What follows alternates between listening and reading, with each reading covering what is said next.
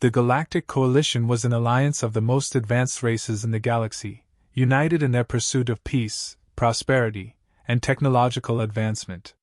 For centuries, the coalition thrived, its member races benefiting from shared knowledge and resources. The coalition maintained order through diplomacy and deterrence, rarely needing to engage in large-scale conflicts. Their combined technological prowess ensured that any threat to their peace was swiftly and efficiently neutralized.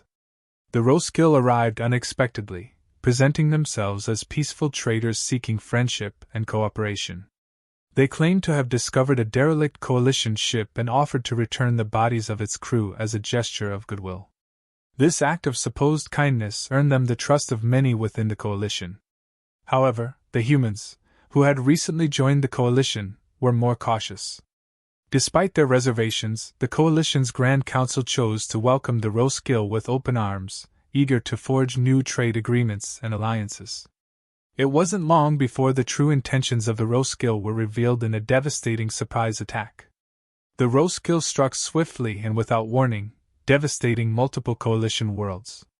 Their initial attacks crippled communication and power grids, leading to widespread chaos and destruction. The coalition, unprepared for such a ruthless and well-coordinated assault, struggled to mount an effective defense. Years of peace had left their military forces complacent and ill-equipped for the realities of war. Their reliance on advanced technology and rigid tactics made them vulnerable to the Roskill's adaptive and aggressive strategies. Despite their superior technology, the coalition forces suffered defeat after defeat, unable to counter the Roskill's relentless advance. The humans had been warning the coalition about the Roskill, but their advice was dismissed due to their perceived primitive military technology. The coalition's high command considered human projectile weapons and combat methods outdated, favoring their own energy-based weapons and automated defenses. However, the humans had a wealth of experience in unconventional warfare, having faced numerous conflicts on their own war-torn planet. Their warnings went unheeded until the situation became dire. The coalition's losses mounted, and the High Command finally recognized the need for additional support. Reluctantly, the coalition extended an invitation to the humans to join the fight against the Roskill. The humans, despite their treatment as second-class members, responded promptly. They sent a division of 50,000 soldiers, fully equipped and self-sufficient, ready to support the coalition's beleaguered forces.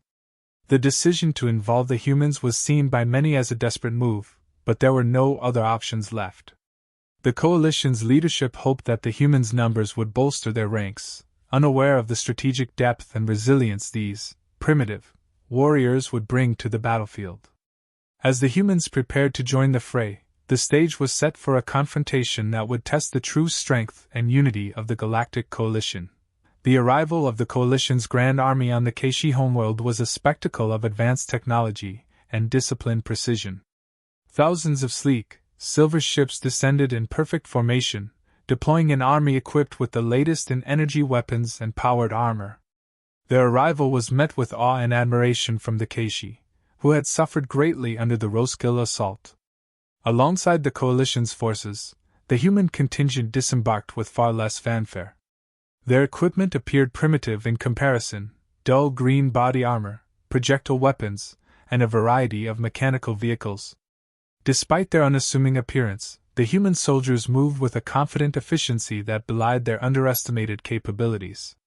As the coalition forces spread out to establish their positions, the initial clashes with the Roskill began.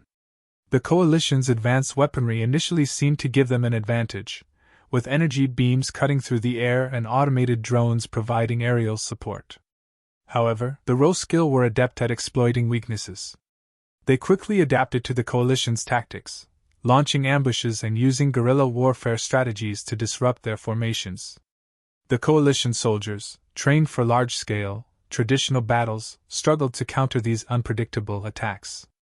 Meanwhile, the humans were assigned to guard the landing ships, a task deemed suitable for their primitive methods. The humans, however, did not idle in their assigned role. They immediately began fortifying their position, digging trenches and setting up defensive barriers around the landing area. Their preparations included the installation of heavy machine guns and artillery, weapons that seemed outdated to the technologically advanced coalition. The humans' focus was on creating a strong defensive line, anticipating the possibility of a counterattack. Their efforts drew curious and skeptical glances from the coalition soldiers, who couldn't understand the necessity of such rudimentary tactics. General Naram Sin, the coalition's commanding officer, observed the humans with a mixture of amusement and disdain. To him, their methods were a throwback to a bygone era of warfare, irrelevant in the face of modern technology. He was confident that the coalition's superior weapons and armor would easily overwhelm the Roskill. This overconfidence was evident in his strategy, which relied heavily on the coalition's technological edge. He dismissed the humans as little more than a backup force, useful only for their numbers. Naram Sin's disdain for the humans' low-tech approach blinded him to the potential advantages their experience and adaptability could bring to the battle. As the initial engagements continued, the weaknesses in the coalition's approach became increasingly apparent. Their reliance on advanced technology and rigid tactics left them vulnerable to the Roskill's adaptive strategies. The Roskill exploited gaps in the coalition's formations, launching surprise attacks that caused significant casualties. General Naram Sin's refusal to adjust his strategy only exacerbated the situation. In contrast, the humans remained vigilant, their preparations a stark contrast to the overconfidence displayed by the coalition's high command. The stage was set for a confrontation that would test not only the strength of the coalition but also the resilience and ingenuity of the human soldiers. The humans' approach to warfare was markedly different from that of the coalition. They relied on projectile weapons, which used chemical propulsion to fire bullets, a stark contrast to the energy weapons favored by the coalition. This seemingly primitive technology had several advantages, including reliability and ease of use in various environments. The humans also deployed artillery, capable of delivering powerful explosive shells over long distances. These heavy weapons created psychological and physical impacts that disrupted enemy formations. Additionally, the humans excelled in coordinated ground maneuvers. They utilized small, agile units to execute flanking attacks, ambushes, and hit-and-run tactics. Their flexibility and adaptability in combat allowed them to respond quickly to changing battlefield conditions, often catching the Roskill off guard. While the humans demonstrated their unique combat capabilities, the coalition forces continued to struggle against the Roskill. The advanced technology and rigid tactics that had served the coalition well in times of peace proved inadequate in the face of a cunning and adaptive enemy. The Roskill exploited every weakness, launching surprise attacks and employing guerrilla warfare tactics that left the coalition reeling. Despite their technological superiority, the coalition's forces were repeatedly outmaneuvered and suffered significant casualties. The situation grew increasingly dire, and the coalition's high command began to question their initial dismissal of the humans' capabilities. As the battles wore on, a cultural exchange began to take place between the humans and some of the alien soldiers. Initially skeptical of the humans' methods, the aliens soon recognized the effectiveness of their unconventional tactics. The humans, in turn, were eager to learn about the advanced technologies and unique abilities of their alien allies. This exchange of strategies and mutual learning fostered a growing respect between the two groups. The alien soldiers appreciated the humans' resourcefulness and adaptability, while the humans admired the advanced technological prowess of their counterparts. This blending of different combat philosophies began to create a more cohesive and effective fighting force. Building trust was a gradual process, but the humans' effectiveness in small skirmishes and defensive actions helped to solidify their reputation. Time and again, human soldiers proved their worth on the battlefield. In one notable encounter, a human-led unit successfully ambushed a Roskill patrol, capturing valuable intelligence that was crucial for planning future operations. In another instance, human artillery provided decisive support during a critical defensive stand, turning the tide of battle in favor of the coalition. These successes, coupled with the humans' unwavering commitment to their mission, began to change the perception of their alien allies. The turning point came during a particularly fierce engagement. The coalition forces were on the brink of being overwhelmed when a human unit executed a daring flanking maneuver that caught the Roskill by surprise. The coordinated attack, supported by well-placed artillery strikes, disrupted the Roskil's advance and allowed the coalition forces to regroup and counterattack. This victory, achieved through a combination of human ingenuity and coalition technology, marked a significant shift in the campaign. The trust and respect built through these shared experiences had a profound impact on the overall morale and effectiveness of the coalition forces. The once dismissed humans were now seen as valuable allies, their unconventional tactics and steadfast determination providing a much-needed boost to the coalition's efforts. This newfound unity and cooperation between humans and aliens would prove essential in the battles to come, as they continued to face the relentless threat posed by the Roskil. The stage was set for the final, decisive confrontation, with the coalition now fully recognizing the strength and potential of their human allies. The final battle on the Keishi homeworld began with an air of impending doom. The Roskil forces descended with overwhelming numbers and firepower, creating chaos and destruction wherever they landed. Their coordinated assault spread panic among the coalition troops, who struggled to maintain their positions. Explosions rocked the battlefield, and the sky was filled with the ominous hum of Roskil warships. The initial clash was brutal, with the Roskil pushing hard against the coalition's defenses, threatening to break through and overrun the planet. The advanced technology of the coalition seemed inadequate in the face of the relentless Roskil onslaught. Amidst the chaos, the human leaders stepped up with remarkable composure and strategic acumen.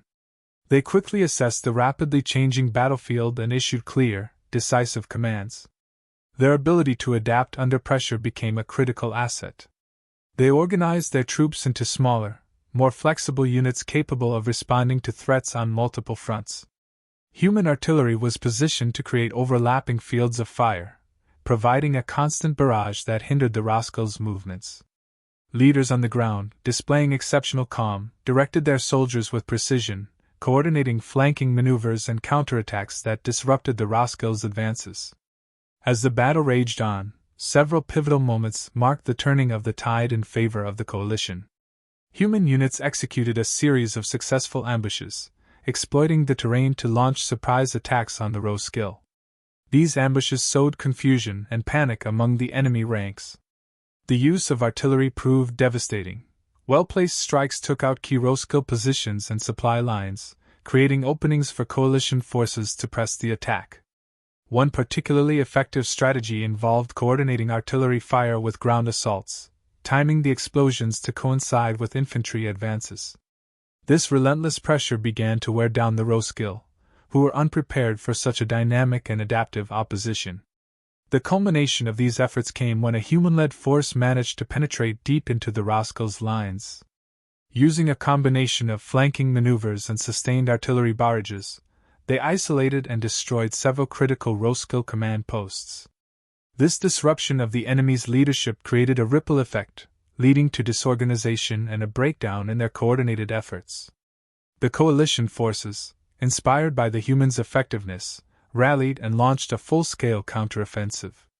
The Roskil, now on the defensive, struggled to regroup and were gradually pushed back. Victory came at a cost. Many brave soldiers, both human and alien, gave their lives to secure the Keishi homeworld. The battlefield was marked by the sacrifices made by those who fought valiantly against the invaders. The humans' unexpected contribution was pivotal, their unconventional tactics and unyielding resolve proving essential in overcoming the Roskil threat. The battle's significance extended beyond the immediate victory. It showcased the strength of unity and the power of diverse strategies working in concert. The coalition, once skeptical of their human allies, now recognized and honored the critical role they played in securing a future for all member races. The aftermath of the battle on the Keishi homeworld was a mix of relief and exhaustion. Coalition forces, once on the brink of annihilation, now stood victorious. The battlefield, though scarred by conflict, was filled with a sense of renewed hope. The alien soldiers, who had fought bravely alongside their human allies, were deeply grateful. Their initial skepticism of the humans had transformed into profound respect. Survivors embraced each other, sharing stories of bravery and sacrifice. The relief was palpable as the threat of the Roskil had finally been neutralized, and the planet was safe once more. In the days following the victory, the coalition organized a grand ceremony to honor the contributions of the human soldiers. This event was held in the capital city of the Keishi homeworld, where thousands gathered to witness the momentous occasion. Coalition leaders, dressed in their ceremonial attire, expressed their heartfelt gratitude to the humans. Medals of valor were awarded, and the highest honors were bestowed upon the human leaders who had played pivotal roles in the battle.